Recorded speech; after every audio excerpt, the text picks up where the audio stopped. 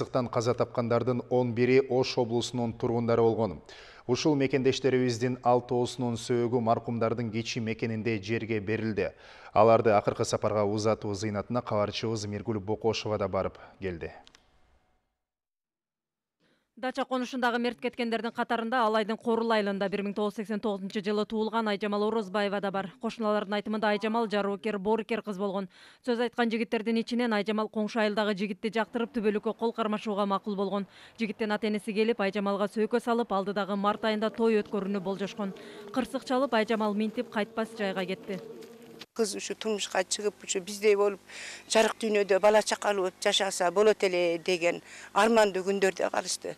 Апаттан Айжамал менен бирге апасы, эки иниси жана тайэжеси каза болду. Тайэжеси Айнуса Калишова Айжамалдын себин даярдоо үчүн атайын Алайдан барган.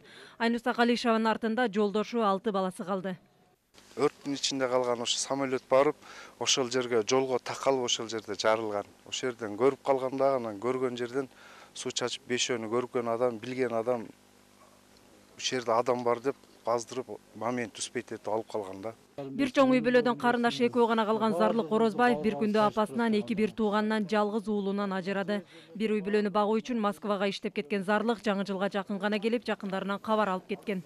Мен көптөн бери Москвада иштейм ошол үйдө салып, ошол жерде балдарымы, ошол жерде балдарым, апаларым ошол жерде багып, ошол жерде келип кетип иштеп, ошол жерге үй салып мен калган болчумун ошол.